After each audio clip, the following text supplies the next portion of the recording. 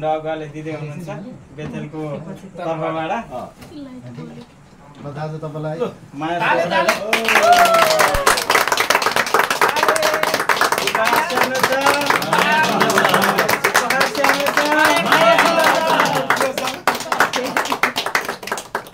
हुन्छ आजको हाम्रो यो कार्यक्रम सकिएको घोषणा गर्दछु र बाँकी समय अन्तिम समय चाहिँ हाम्रो अहिलेको झुन्ड प्रमुख एल्डर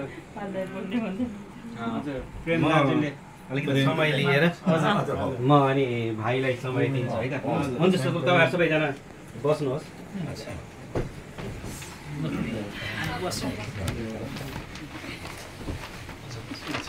खोइ हाम्रो भाइ किसिम अनि परसलाई धन्यवाद भएको एउटा म नेपालबाटै यहीँ आएर मेरै म्यानेजरद्वारा एउटा पहिलाको फुफा गर्ने मान्छे अहिले एउटा तपाईँहरूको बिचमा एउटा वचन बोलेको वक्ता पनि भइयो भनौँ। अनि एउटा के छ भने म 2002मा आएको तर मैले केही सेवाकाईहरू मैले इन्डियनसँग गरेँ। हाम्रो डिकन मोहन गुरुङ हुनुहुन्थ्यो, उहाँ बित्नुभयो। अनि त्यसपछि 5बाट यहाँ गरियो त्यसपछि। अनि एउटा कुरो के छ भने बेथेल झुन्डले दुईटा एल्डरहरू दुईटा डिकनहरू एउटा परमेश्वरलाई मण्डलीलाई दिइसकेका छौँ।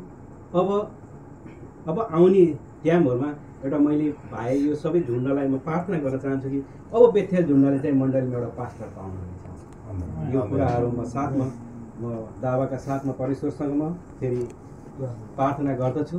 अनि मलाई चाहिँ भाइ बहिनीहरूले एउटा विदाय गर्नुभएको छ। म तपाईँहरूको प्रेम कहिले पनि बिर्सिने छैन। अहिले हाम्रो भाइ पर्खाले भने चाहिँ हामी कहिले भाइ त्योबाट आउँदाखेरि चाहिँ अफिसमा बसेर चिया खाइन्थ्यो, त्यहाँ गफ गरिन्थ्यो भाइसँग। अनि हाम्रो कृष्ण भाइ पनि मण्डलीबाटै नै उहाँ एल्डर हुनुभयो। हाम्रो परशुजी झुन्डबाटै अहिले मण्डलीमा एल्डर हुनुहुन्छ।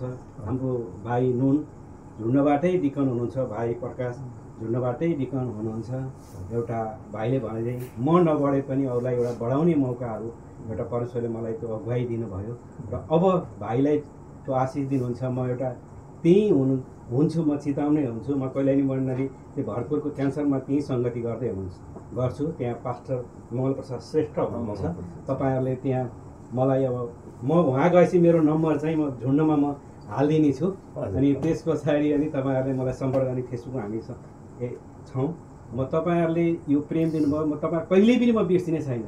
मैले अस्ति समितालाई नि तपाईँ घर जाँदा घर जानु है भाउजूले बोलाइराखेको हुन्छ भनेको, उहाँ समय मिलेन। भाइहरूलाई पनि भनेको दाजु अस्ति समय मिल्दैन, अब अहिले लामो समय भयो भने आउँछु भन्नुभएको छ। फेरि पनि अब हामी त्यहीँ म नजिकै छु। अब घर ठाउँ सरे पनि म नजिकै छु, चिताउनै नजिकै छु। अनि तपाईँहरूको यो प्रेम अनि सधैँ सदाबा अनि मैले मण्डलीमा मैले जति गरेँ त्यो मण्डलीमा भनौँ न। अनि एउटा कुरो के छ भने एउटा मोसाले आफ्नो कार्यकाल सिद्धिएपछि येशूलाई एउटा जिम्मा दिनुभयो। त्यो जिम्मा आज भाइ जोन भाइलाई म दिँदै तपाईँहरूबाट बिदा हुन्छु। सम्पन्न जय मसीह।